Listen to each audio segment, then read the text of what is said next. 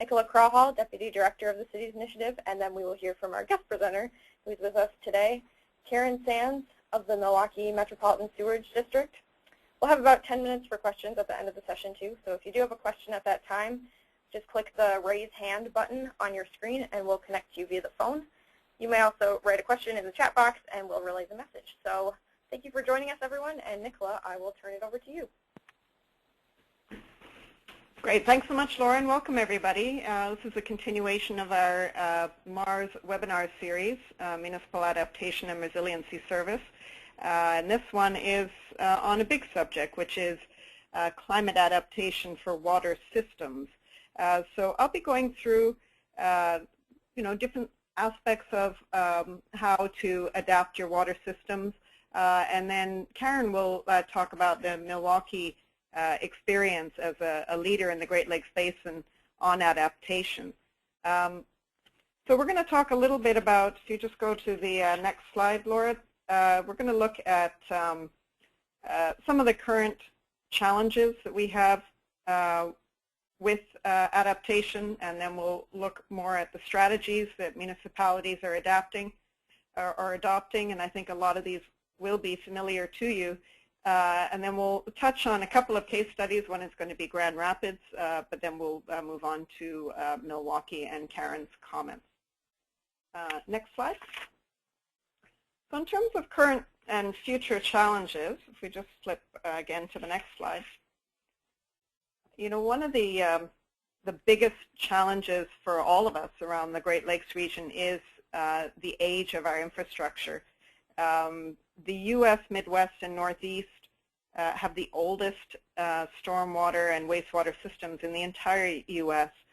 Current rate of replacement for aging collection and distribution systems nationwide is, and that's U.S. nationwide, is less than 1% for most utilities per year. And the EPA predicts that the percentage of U.S. wastewater pipe that will be in poor, very poor, or life elapsed, that is older than its predicted lifespan condition, will rise from about 23% in 2000 to about 45% in 2020. So as of 2008, the EPA calculated that repairing the nation's sanitation and stormwater sewer infrastructure would cost nearly $300 billion, and climate change will be raising that even higher. So that's an enormous challenge when talking about climate adaptation, but in a sense it's also an opportunity. If there is replacement to be put in place, then that's the time to adapt. Urban population growth is obviously a big challenge as well. Rapid population growth in the Great Lakes region, mostly in metropolitan cities, but also around them in suburban areas. Has really built up and paved over a lot of the shoreline. For example, the urban built-up area in the Greater Toronto area here in Canada has doubled since the 1960s. And that leads to impervious surfaces, and the changing land use and expansion of these urban areas reduces the water infiltration into the soil and increases surface runoff. And this exacerbates not only the water running into cities, but also impacts the water quality. Combined sewer and stormwater overflows during heavy storms. Combined systems can't handle the increased volume of water often, and the systems overflow into local rivers and lakes. And there are many major Midwest cities that are still served by combined systems. So the Great Lakes, which provides drinking water to more than 40 million people and are home to more than 500 beaches, have been subject to these sewage overflows that can, result in even billions of gallons of sewage being released into rivers and lakes during heavy rainfalls. And that, diminishes water quality, it closes beaches, has a negative environmental and economic impact. And we see that also increasing as a result of climate change. In 2005, 31 Michigan communities reported CSO discharges totaling nearly 20 million gallons of combined sewage. Next slide. And so, what is anticipated? As you know, climate change is all about extremes, and we're going to start here with precipitation. We're anticipating that both the quantity and the intensity of precipitation will increase in the Great Lakes due to climate change. Annual precipitation and river flow increases are observed already in the Midwest and Northeast regions. Between 2010 through to 2069, average annual rainfall could increase by 5 to 10%. Of course, that's an average. It would be higher in the extreme situations. And by the late century, it could increase by 20%. And again, those are averages. So most models agree that winter and spring will see increased precipitation, and autumn and summer changes are less certain. In fact, some of these changes are already occurring. More winter precipitation is falling as rain than snow, and snow is melting earlier and more often, sometimes in the early winter, midwinter, but certainly in the spring. But it's important to note that there's a lot of regional variability in these projections, as you can see by the dark versus the blue areas on the map on the screen. And the frequency of intense storm events with very heavy downpours, more than 2.5 inches in a 24-hour period, is likely to increase by as much as 50% over the next 30 years, and increase 80 to 160% by 2100. And by 2100, average annual river and stream flows are projected to increase, though seasonal changes will vary. Next slide. But there's the other extreme, particularly in the Midwest. Between those heavy rainfall events, there'll likely be longer periods without precipitation, increasing air temperatures along with evaporation and evapotranspiration changes, as well as alterations to the amount of precipitation, the timing, the duration, could lead to greater variability of your water supply. The frequency of droughts and flooding are expected to increase. So stream flows, lake levels, and groundwater are all going to be affected.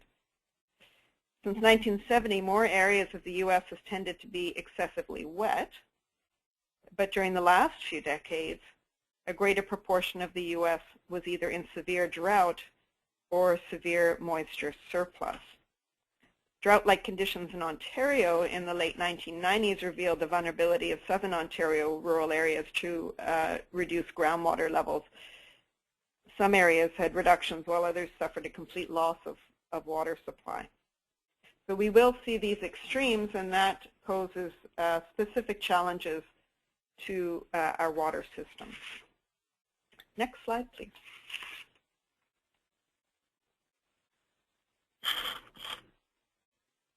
One study estimated that increased storm events will lead to an increase of up to 120% in CSOs into Lake Michigan by 2100, and that's under a high emissions scenario, leading to additional human health issues, beach closures. Municipalities may be forced to invest in new infrastructure as a result, particularly as it relates to algal blooms and nutrient runoff into the lakes. Next slide.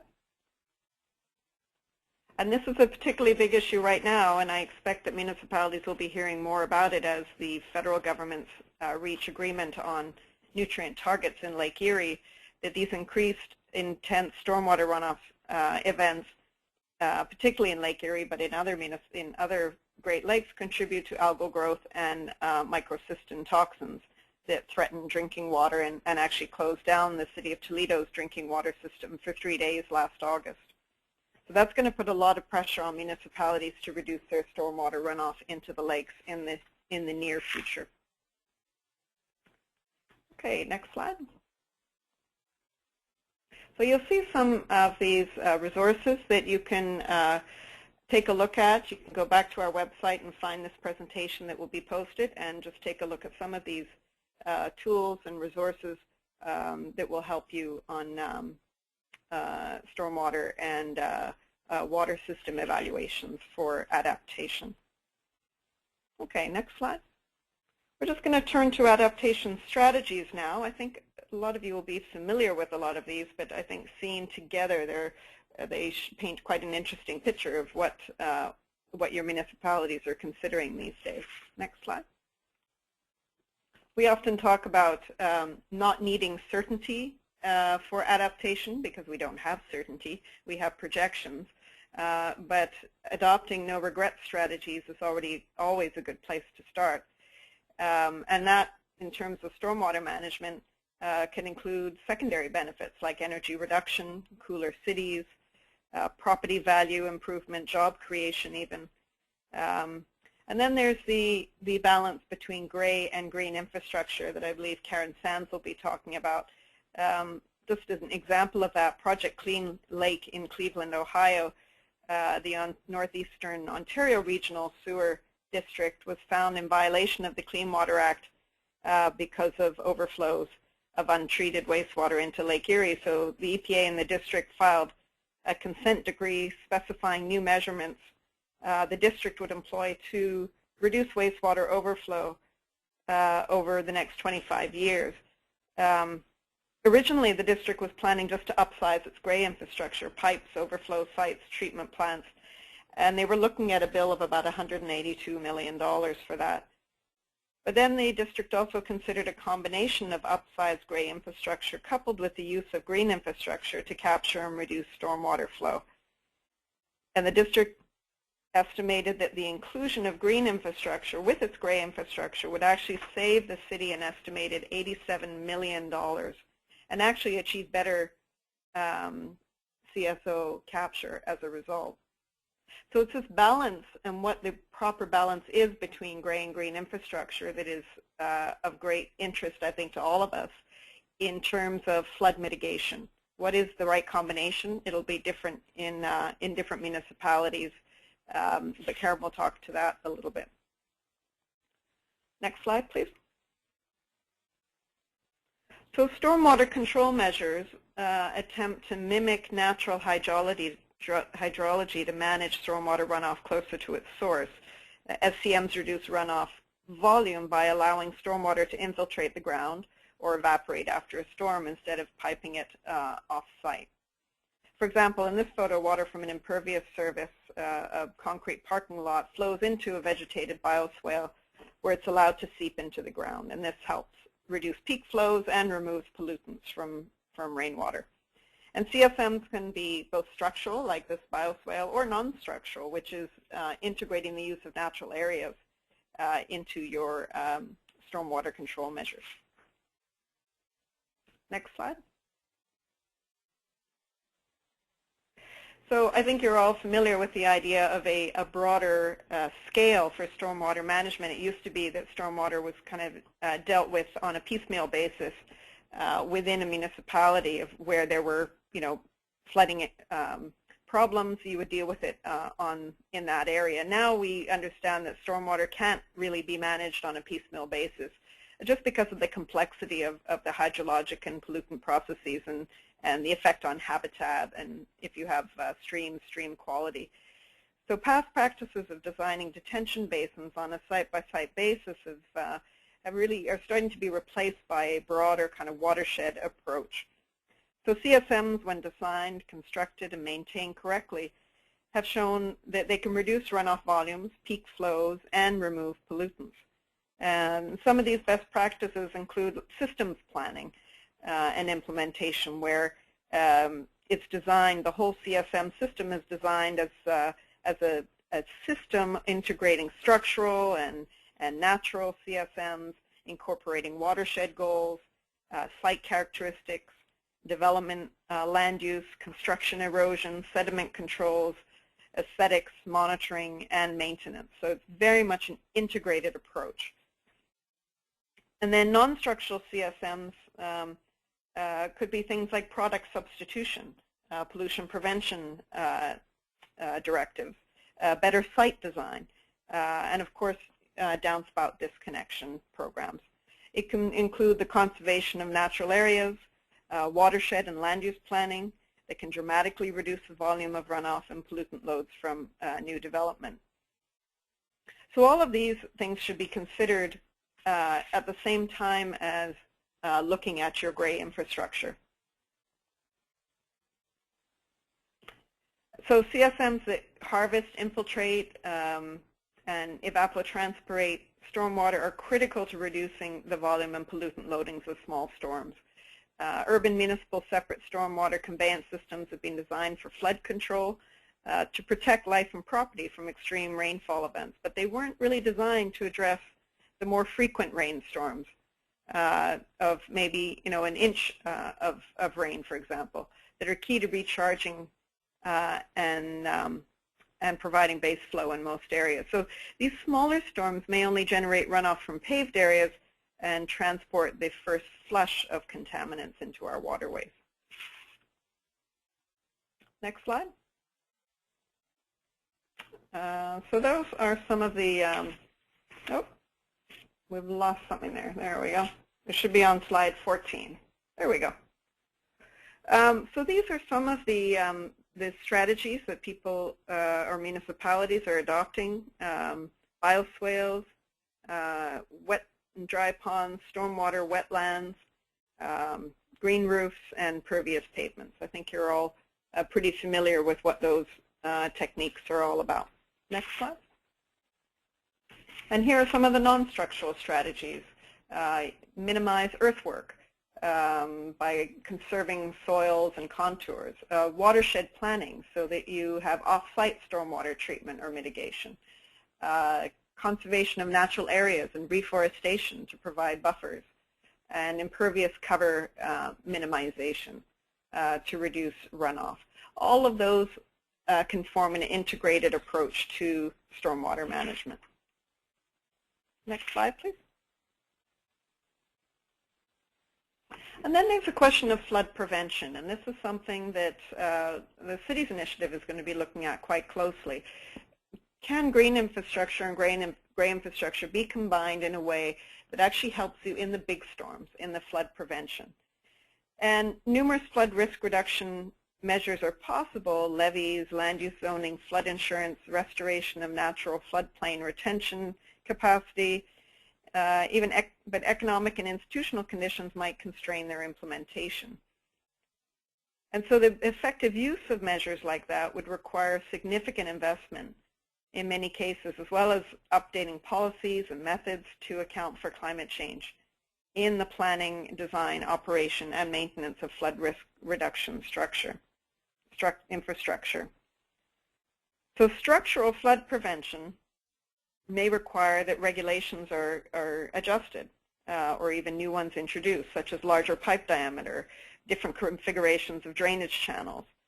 And non-structural flood prevention, because we know that heavy precipitation events will be coming, if you do an analysis of those flood risks, you could use FEMA flood maps, for example, to help prevent development in areas that may become vulnerable in the future. And setting aside flood-prone areas, if you're able to do it, can have additional benefits. Often areas that are vulnerable to flooding, erosion, storm surges have scenic value that contribute positively to community character. Areas that are difficult to serve efficiently, like rural or mountainous areas, may also be scenic. So focusing conservation efforts in areas that are flood-prone can reduce risks to human populations, but also support quality of life and can be part of your flood mitigation measures. It also, by creating these buffer zones to minimize climate change stresses on community resources. And that's particularly important when talking about wetlands that have an important function, including floodplain management. And we'll get to that in a moment. Next slide. And so wetlands. There's been a lot of talk about the destruction of wetlands. Nearly 2/3 of wetlands in the Great Lakes Basin have been destroyed. But that doesn't mean they have to be gone forever. There's a real resurgence, I think, now of thinking about how to restore those wetlands and even how to create artificial ones, so brand new ones. The city of Mississauga in Ontario is embarking on an enormous project where they're going to be putting infill into their shoreline to create artificial wetlands. And so this idea that wetlands are gone forever, I think, is being challenged. They have an enormous potential for reducing impacts to infrastructure, recreation, agriculture, and other really highly valued sectors. Existing wetlands, as I said, can be conserved and restored or can be recreated artificially. And they serve a number of valuable services. They store water, they store groundwater, they filter out pollutants as part of buffering against increased stormwater runoff. They stabilize the shoreline and they buffer from storm surges. But they also create a whole habitat for wildlife and can be part of a habitat corridor that can maintain biodiversity in and around your communities. And finally, they actually serve to sequester carbon, reducing greenhouse gases. Wetlands are very sensitive to climate change, though, water levels in particular, for example. They can dry up quite quickly, and the habitat will move on very quickly. And wetlands tend to be cut off from other wetlands due to roads or dams or dikes. And so wetland plants and animals can't migrate to other wetlands very easily. So we have to think about the connectivity of these wetlands. And so a lot of effort is being initiated to increase water retention in wetlands, to restore and maintain connections between wetlands and lakes and rivers. And we'd be interested in any efforts you're making that you could share with us, because we are wanting to document what is happening on wetlands. Next slide, please. So other adaptation strategies, those of you on the public works side of things on the line will be familiar with I&I, inflow and infiltration. When you have a separated sanitary and stormwater system, what you don't want is to get infiltration into your system that will then contribute to the flow going into your wastewater system. So aggressive inflow and infiltration prevention strategies are being implemented in some municipalities. The distinction is the infiltration is groundwater that enters the sanitary sewer system through cracks and leaks, and inflow is when it enters the sanitary sewer system through connections like roof drain or downspouts that you want disconnected. The most effective solutions for eliminating I&I is to accurately test sewer lines and manholes, and there are a number of different ways of doing that. Pressure testing is a proven method, but also CCTV inspections. So you can augment these inspections with smoke testing or dye testing to improve their resolving power. But these types of inspections tend to capture I&I only at specific instances in time, and they might not even reveal the problem. So there's different technology that's coming forward. Flow monitoring. Flow monitoring tells part of the I&I story. And now looking at things called the Focused Electrode Leak Location System, the FEL technology, that uses a probe that's transported through a pipe in conjunction with a surface electrode to identify and localize leaks. So there are a number of different strategies. The bottom line is, if you want to reduce the flow to your wastewater system, that an aggressive I&I system is a good idea. Next slide.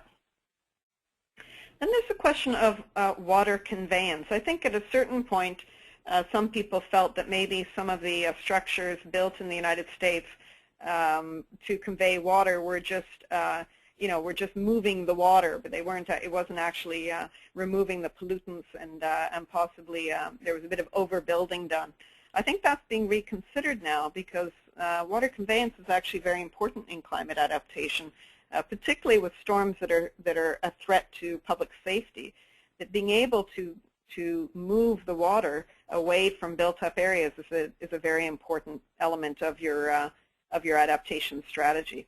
But there still is the problem that the water that is being conveyed tends to avoid being treated, and then it bypasses both natural and technological filtration, and it goes straight into our waterways. So it is difficult, but I think there's a place for conveyance. The fact is that conveyance will occur whether you want it to or not, both either naturally or planned. And so you've got to figure out where you want that water to flow. Increasingly, conveyance focuses on increasing the capacity of the downstream conveyance system to carry the increased runoff from urbanizing upstream areas. But conveyance improvements should be designed to take in the full advantage of natural systems without impacting property, streams, or wetlands, or receiving waters. And so this, again, this combination of gray and green infrastructure, of using natural areas and using built infrastructure, is critical when looking at conveyance. Okay, next slide, please. And I'm just going to look at, speak to Grand Rapids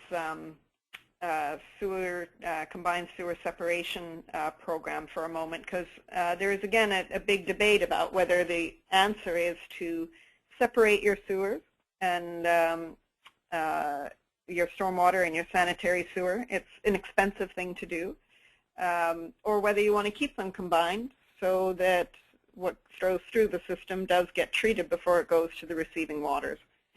The fact is, it'll be difficult to build any system that can treat all the waters in some of these big storm events. So it's a big decision whether you want to separate your systems or not. And so Grand Rapids decided that it was going to do it. And so you can see here that the city was issued a long-term CSO control program by the state of Michigan in 1988. They wanted to eliminate all CSOs by 2019. And, you know, by the, so they started in the late 1980s on a comprehensive program to eliminate its CSOs. Installing the CSOs was actually a significant step in improving water quality. But the result of these efforts has been nearly a 99.8% reduction in CSOs to date, with less combined sewer overflows every year. There are 59 CSO locations, or there were 59 CSO locations prior to corrective work that started in the early 1990s. Today, only 4 need to be completed. So in 2011, the city of Grand Rapids discharged 49 million gallons of combined sewage, and this represented 26% of the 0.26% of the state total. So drastic reduction. It costs money. It was 3 miles of combined sewage system were separated at a cost of $160 million. And there's another 3.4 square miles that has to be completed for $100 million. So these costs are reflected in Grand Rapids sewer rates, which residents have invested for the benefit of the entire watershed. But with 99% reduction in CSO overflow volume at a cost of $360 million, Grand Rapids can be seen as one of the leaders in the state of Michigan in eliminating its CSOs. So if you want to just advance the slide again, Laura, we'll show you some resources that are available to you about engaging homeowners, because obviously a lot of the land where the runoff is accumulating is private land. So this is not something that municipalities can do in isolation of engaging homeowners. And so we've put some of the resources that are available to you, some that are municipal, some that are being prepared by NGOs or by government to help you with some of that engaging homeowners and businesses in stormwater management. And you can get those on our website. Okay, in fact, there's another page of them, Laura, if you just want to flip the next slide as well. So quite a lot of information there.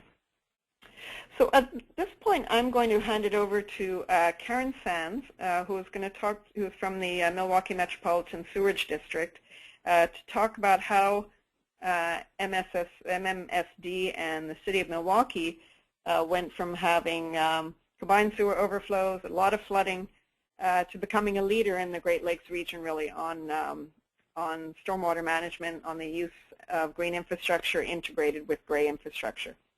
All right? Thank you, Nicola, for setting the stage and for inviting me to speak today on behalf of the Milwaukee Metropolitan Sewerage District, where I work, and the City of Milwaukee. Slide.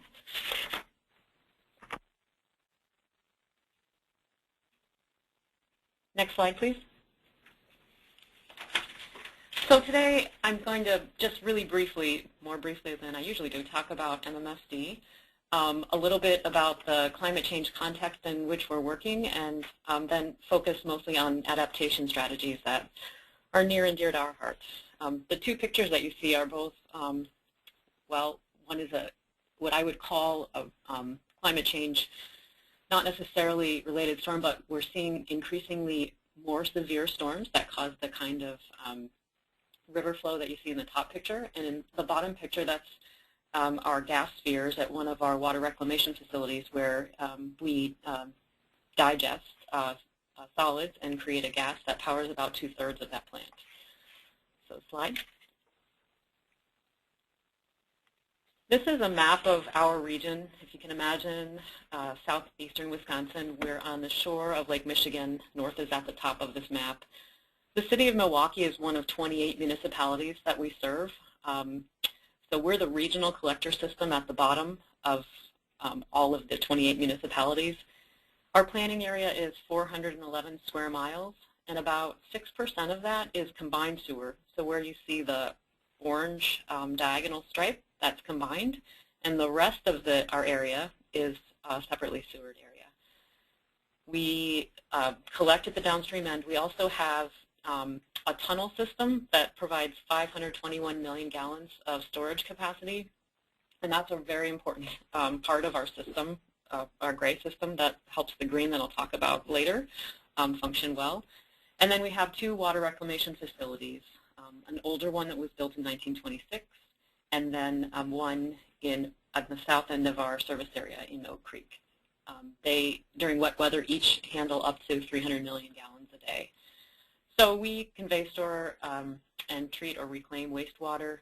We also work on out-of-bank flooding, but we do a lot more as well. Slide. As a result of all the work that we've done on our gray system primarily throughout our region, we're able to capture and treat on average about 98.3% of the wastewater that has come to us in the past 20 years. We think that's very significant. We're doing well, but our public demands that we do more. We have an overflow on average 2.3 times a year, and when that happens, it's news. And so the public is asking for zero, which is a very, very hard goal to get to, as you can imagine, but it's one that we've set for ourselves by the year 2035. The improvements that we have done have led to significant improvements in water quality, lots of water-dependent economic development like what you see in this slide, and really they've inspired staff to go even further. Slide. A backdrop to these improvements, though, is the changing climate in southeastern Wisconsin. And Nicola did a really great job in setting the stage for what I'm going to talk about on this slide. We're really fortunate here in Wisconsin to have a group of academics, consultants, and government types working together on an effort known as the Wisconsin Initiative on Climate Change Impacts, or WICI. WICI has produced a number of reports that are really well illustrated with graphics like the one that you see here. And you can just Google WICI and they'll come up, these reports. The graphic from WICI here shows that in a year, the number of days that will get a minimum 1-inch precipitation event is likely to increase by 6 or 7 days. And that's an issue for how we not only design our system, but how we operate it. And in general, planners and sustainability managers and others understand this context in which we're operating, and we know that we need to plan ahead accordingly. We can't look back, but we need to look ahead. Slide. Because changes to the precipitation patterns are projected to continue, we don't mind talking about this phenomenon and using the phrase climate change when we do talk about it. I've been asked to talk couple of times in the southern part of the United States, and I've been asked not to use the phrase climate change. That's never been the case up here. We say it because we can illustrate it and demonstrate it. We have a lot of data that speaks for itself, and people here have a lot of firsthand experience with big storms and their consequences that they don't remember having had decades ago. So this slide is an example. One of our 6 watersheds here in the Milwaukee River is called the Kinnickinnic River watershed. It's a relatively small urban watershed in Milwaukee, and it's been built out for decades. So it's highly impervious and has been without great change. When it's not raining, it looks much like the drainage channel that you see at the top right. You could basically put on a good pair of boots and walk across it. When it's raining, though, the channel fills really quickly with water, and it rushes like a torrent downstream. That's one picture on the bottom right. That's just an example. The U.S. Geological Survey has a crest height gauging station in the river that has operated continuously since the late 1970s. So we have a 35 or so year period of record with crest height in the river. And as you can see from the data on this slide, all but one of the top 5 crest heights was in the past 8 years over a 35-year period of record. So just one example of many, but to me it's undeniable evidence that something is changing, and I'm going to call it climate change when I talk to audiences. Slide. So to address the changing climate as well as growing awareness of our need to work at a regional level on water resource issues, MMSD created a 2035 vision. We have 2 broad strategic objectives that were developed. The first one, integrated watershed management, relies somewhat on green infrastructure. And the second one, climate change mitigation, also relies on green infrastructure as well. We know that green and gray infrastructure work together very well. That's something that we're increasingly turning our attention to. How do the 2 systems function together as one, and how do we optimize that? Slide.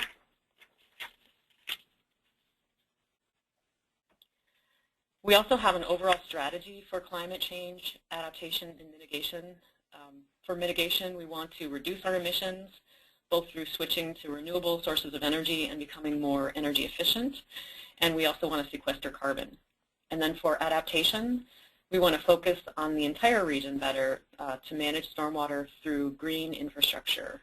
We also need to look at how we design and operate our infrastructure going into the future. There's a lot more detail on that slide that I won't go through right now. So, slide.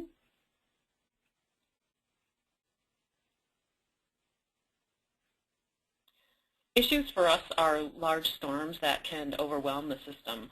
Longer drought periods in between storms in the summertime that we heard Nicola talk about, they're projected to continue, and they can lead, for instance, to things like odor control problems in the conveyance system because there may be less inflow and infiltration, so less water in the pipes. We rely on gravity, and so if there's less water flowing in the pipes, slower speeds in the pipes, and possibly more odor. More precipitation falling on frozen ground may channel water to the reclamation facilities faster in the combined area during winter, but it may actually be a benefit in a separate area where sanitary sewers may actually be tighter and less prone to taking in precipitation. These are all just some examples of things that we know that we really need to watch. Slide. So what are we doing about all this? We're doing a number of things. We're continuing to manage out-of-bank flooding, for one thing. That's because when our waterways are out of bank, they may be flowing into our conveyance system that often parallels area waterways. So it's in our best interest, as well as that of public health and safety, to help waterways stay in their banks. We also are intent on adding more green infrastructure to our system because it helps manage water where it falls, and it saves our gray infrastructure to work later in the storm, reducing the risk of basement backups and overflows. And finally, we've undertaken a vulnerability analysis that helps us watch when climate change predictions may come to pass and how those changes will affect our system. Slide. This is an example of one of our flood management projects. Lincoln Creek is an 8-mile-long tributary to the Milwaukee River in a highly urbanized part of Milwaukee. It cost about $120 million, and we naturalized the stream channel to provide protection from the 1% probability flood. In doing so, over 1,200 homes and businesses are no longer in the floodplain as a result. But we know we also need to watch it, because if we have larger storms, that 1% probability storm really occurs more frequently and or can be more intense. Slide. Over the past several years, we've also put a lot of effort into green infrastructure. Besides some programs that I'll show you in a minute, we've also developed a green infrastructure plan that is helping us scale things up. We think that what we're doing is fairly groundbreaking. We want to add capacity throughout the region of 740 million gallons, and that's not an annual capacity, that's a per storm capacity, so it's pretty large. Our plan focuses on the combined and the separately sewered areas of our region. I think I mentioned we're about 6% combined and 94% separate. Our ratepayers all pay the same regardless of where they live, and so we need to service them all with green infrastructure. And we know that green infrastructure provides benefits in both the combined and separate areas too.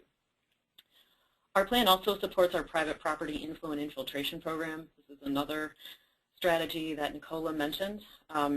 The short version of our story is that a few years ago we began investing on private property.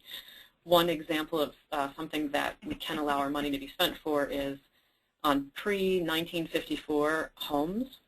They may not have a sump pump, that instead they would have foundation drains directly connected to sanitary sewers. And so our private property money could be used to install a sump pump that might discharge to a front lawn. And where that discharge occurs, I know at least in my neighborhood that discharge can be frequent and can really make the front lawn pretty soggy. So installing a rain garden feature there that might also collect roof runoff is a perfect green infrastructure strategy and very complementary to our private property II program. Our plan also promotes turf grass and soil amendments on a scale that we've not seen anywhere else before. We think this really helps because we know turf grass isn't going away. Kids will always want to play soccer and baseball, and us Midwesterners love our green lawns. So the practice of aerating, adding organic content, and seeding can really help us increase stormwater infiltration rates. And we've seen one study that showed increasing rates up to 5 times. So it's not a small thing. And then finally, I think our goal is very, very large. I guess I said that before. And we have our executive director and our commission and the mayor of Milwaukee to thank for that. So we're very fortunate. Going forward, we're also looking at optimizing the performance of our green, so we may also be seeing more smart controls put on green infrastructure so that it begins to work later into the storm when the gray infrastructure may be filling up. Slide.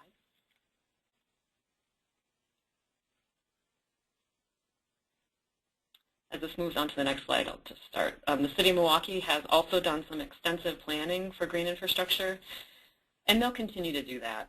They make really strong recommendations in their Refresh Milwaukee Sustainability Plan for green infrastructure, and they follow that up in their Green Infrastructure Baseline Inventory Report that's very new.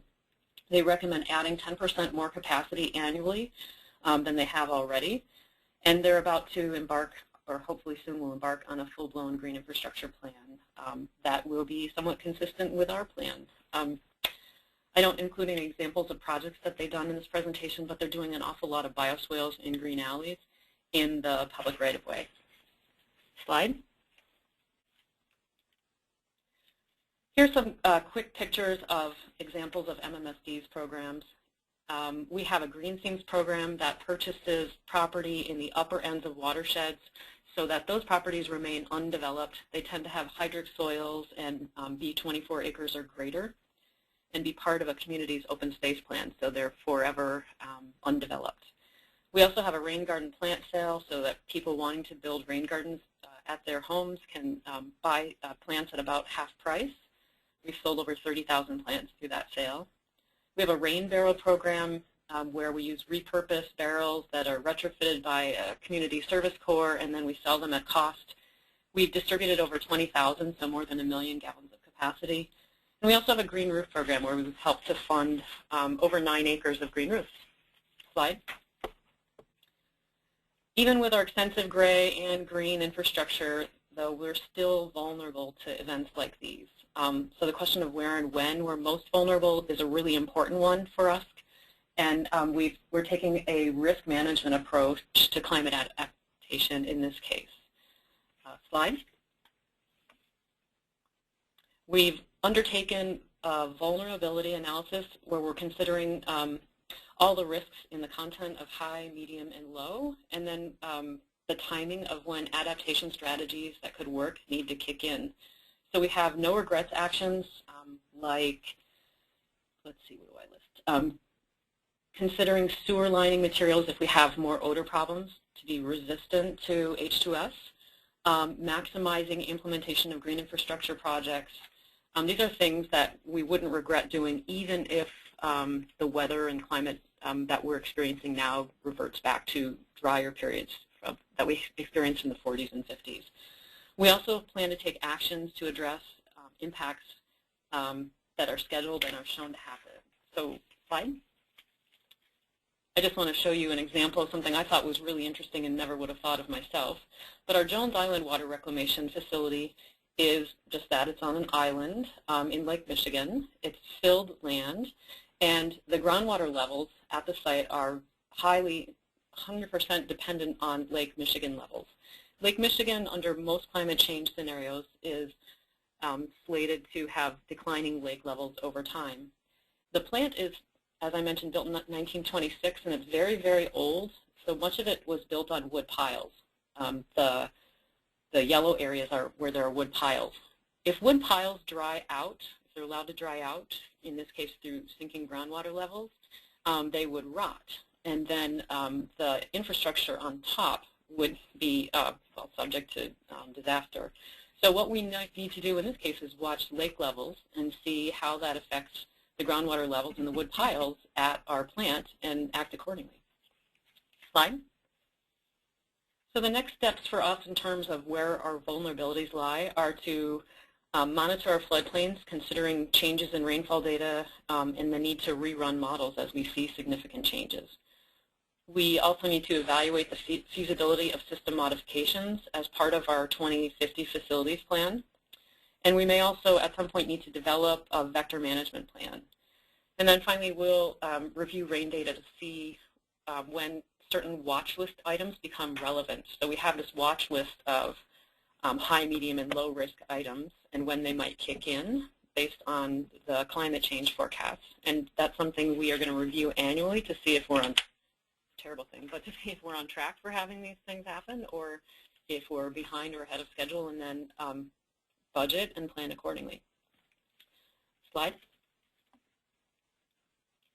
And I talk mostly about adaptation, but I think it's important to at least mention mitigation. We know that we alone can't mitigate climate change. We're just a sewage district, but we know that we need to do our part. For us, that means exploring ways to expand renewable energy sources like our landfill gas and digester gas projects.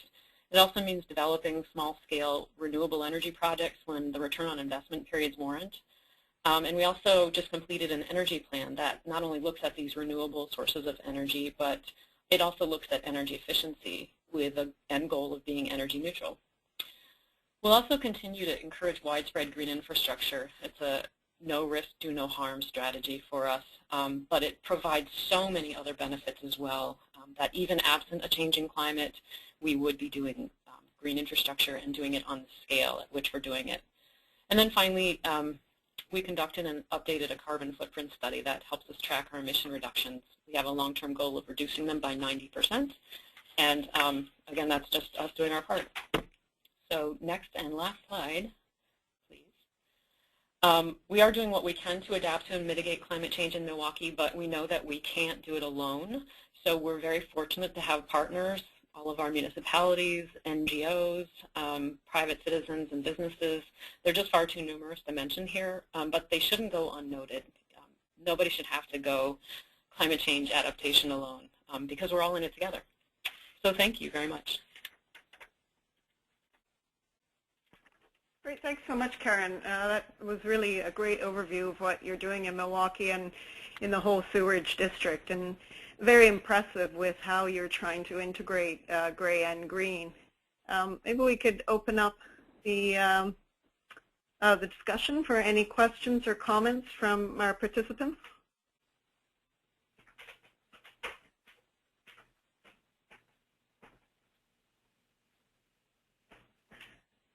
while people are thinking about their questions, I might ask you one, Karen, and that is you had mentioned that the timing of how to integrate your green infrastructure into your gray infrastructure so that it kicks in when the gray infrastructure starts reaching its capacity. Could you just comment on that a little bit? Sure. Through our green infrastructure plan, I had no idea about this beforehand, but we learned that that the ability of green infrastructure to match gray infrastructure is not a one-for-one, gallon-for-gallon comparison always. Based on our consultant recommendation and a literature search of what other municipalities are doing, we adopted a 5-to-1 ratio, at least in the context of combined sewer overflow reduction. So what that means is it would take 5 gallons of stormwater in a green infrastructure feature, to be the equivalent of 1 gallon, like in our deep tunnel system, to reduce 1 gallon of overflow. So that wreaked a little havoc with our cost effectiveness calculations. So what we're finding, and there's a new work study just out, probably within weeks, that also underscores this. But for us, it underscored the importance of putting smart controls on green infrastructure that can handle it. So the idea would be to make the green infrastructure, to keep some feature closed until later into the storm when, in our case, our tunnel might be just about full. Then if you could add the green infrastructure capacity, that would reduce that 5-to-1 ratio that right now is an issue that we're working through. We don't have any of these smart control studies under our belt right now, but we have a couple that we're embarking on. So we hope to have data in the next several years that would help us better define this and better define really what the market is for doing the kind of work that I'm talking about. Does that make sense? Yes, no, absolutely. Thank you. Any other questions for Karen? We have a few questions from Barb Hodgins at the City of Ajax, so I'm going to put her on the line if she's ready. Oh, hi, Barb Hodgins. I had a question for Karen about the green versus gray infrastructure and how they sort of define the threshold between the two. Are there definitions that sort of fit different events into different categories, Karen? Tell me if I'm answering your question. So we actually have a commission policy that defines for MMSD what we consider to be green infrastructure. So we have 10 or 11 different things that range from rain barrels to our property acquisitions. Those are all considered green. Then everything else would fall into the gray bucket. It's something we struggled with ourselves, though. You know, what is private property inflow and infiltration work? And we put that in gray, for instance. I see. Thank you. Sure. I think you could define it whatever way, though, is most advantageous to getting the work done, depending on where you are. Did you have another question, Barb? I think I did. Let me. I guess I'm also interested, who actually led the initiative of starting this back in the 80s and having made so much progress? It doesn't sound like there was any kind of lag period. There were sort of goals established, and then you've advanced quite well in that intervening period. Is that correct? Yeah, well, we could give Chicago credit, maybe. I think we were parties to a lawsuit. I think, if I understand the history right, when I was in high school, there was a lawsuit against Milwaukee, and as a result of that lawsuit, we undertook, and our predecessors undertook, what was known as the Water Pollution Abatement Program in the 80s. It ended in 1994. So that was $3 billion in conveyance, storage, and treatment solutions, including our extensive tunnel system. And it was also done at a time when about half of that could be federal grant funded, not just loans, but grants. So that kind of situation doesn't exist anymore. Then since the 90s, we've done a lot of the flood management work when we realized that when waterways were out of bank, they might actually be draining into our system. And then maybe since the early 2000s, we also undertook the green infrastructure programs because we knew that we needed more to get to zero, and we had already invested a lot in gray. So I guess it's happened in waves, if I were to characterize it, but the catalyst really was this lawsuit back in the late 70s, early 80s. I see. Well, it's very impressive what's been accomplished. Well, thank you. Out of necessity.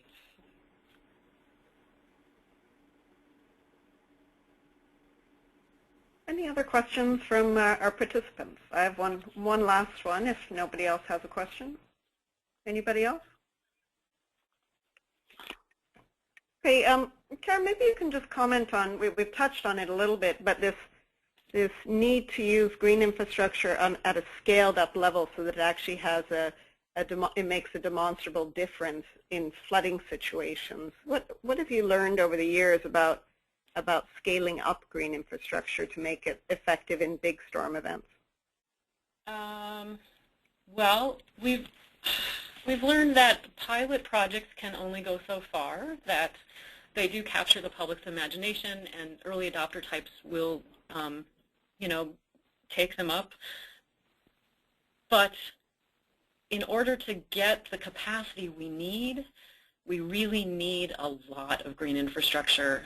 When we have overflows, it's not like we have 1 rain barrel's worth or 2 rain barrels worth. It's usually something much more significant. But to build that much storage, tunnel storage, for something that only happens now 2.3 times a year would be not very cost effective by most measures. And so the need to scale up green infrastructure is increasingly more important. And the beauty of green is that if it's on the surface of the land, you can see it. If it's not working, you can fix it immediately, whereas if you have something that's buried deep underground, you've designed it and you expect it to last for 50, 75, sometimes even 100 years. So scaling up green infrastructure is both a challenge, but also I think it's a huge opportunity if we can overcome a lot of the barriers that currently exist. And what are some of those barriers? Cultural bias, so sometimes people don't like the look of native landscaping, it's not something that we grew up with, or codes and ordinances, municipal codes and ordinances often have, they were written decades ago when green infrastructure wasn't really something that was done, so they haven't kept up with the times. Funding, sometimes like state revolving loan funds, sometimes there's a set-aside for green infrastructure, but the focus may primarily be on funding gray infrastructure. I think that there are just a number of barriers that each one is tackleable. It just takes some concerted effort. Great, thank you. Sure. We do have one more question. Clara, if you would like to go ahead, you're welcome to. Hi. Thanks so much. This was a really interesting presentation. I had a question and a comment for Karen. You mentioned this study when you were talking about the green infrastructure requiring 5 gallons of retention in green infrastructure for 1 gallon reduction in CSOs. Yep. And I was just wondering if you'd be able to share that study so I might be able to find it. Yeah, so the last mention of it is in our green infrastructure plan. And that's on our green infrastructure website, which is freshcoast740.com. Okay. Okay. I'll look it up. That references an earlier study that you could go to our MMSD.com website, I think, and find, and it's called Reducing CSOs in the Milwaukee Metropolitan Area, something like that. But if you can't find it, email me and I'll send you a link or send it to you. Or maybe, maybe Karen, we could get the link from you and then we'll post it on our website. Sure. That's probably easier. Yeah. Okay. That'd be great. And then I I had one more thing to say, which was, I'm sorry, I missed the very beginning because I was a little late logging on, but it sounds like there are some Canadian cities here as well as American cities. And when we were talking about community engagement in the first portion of the presentation, I didn't see any examples of community engagement activities going on in Canada, and we actually do, I work for a program called RAIN that works on community engagement to do with stormwater and green infrastructure in Canada, so I thought people might be interested, those who've members from Canadian cities might be interested in that. Thanks very much for raising that. I am familiar with RAIN. The history of this webinar series is that we had done one webinar series that was very focused on Canada and Ontario specifically, so we have a bias in this series on information in the Midwest, in the Great Lakes region on the U.S. side. So you will see that bias. It's only because we did a similar series with Canadian content, but it doesn't mean that we shouldn't promote what's happening on the Canadian side as well. So if you had a link to some more information about RAIN, we could put that on our website as well. Thank you. Sure, I'll send it. Great. Thanks. Okay, I think we've come to the end of our webinar today. Thank you so much, Karen, for sharing your experience at MMSD. We are going to put a couple of links up so people can find some of the reports that you were referring to. And good luck with the next chapter of what you do at MMSD. We'll be watching closely. Thank you so much. And thank all of you, the participants, for participating in this webinar. A reminder, Laura, are we February 11th for the next webinar, I believe? I believe so. Which will be same time, same place, and we'll be focusing on infrastructure networks and adaptation. That is transportation and electricity networks and adaptation. So please join us for that, and thanks once again. Have a great day for the rest of today. Bye-bye.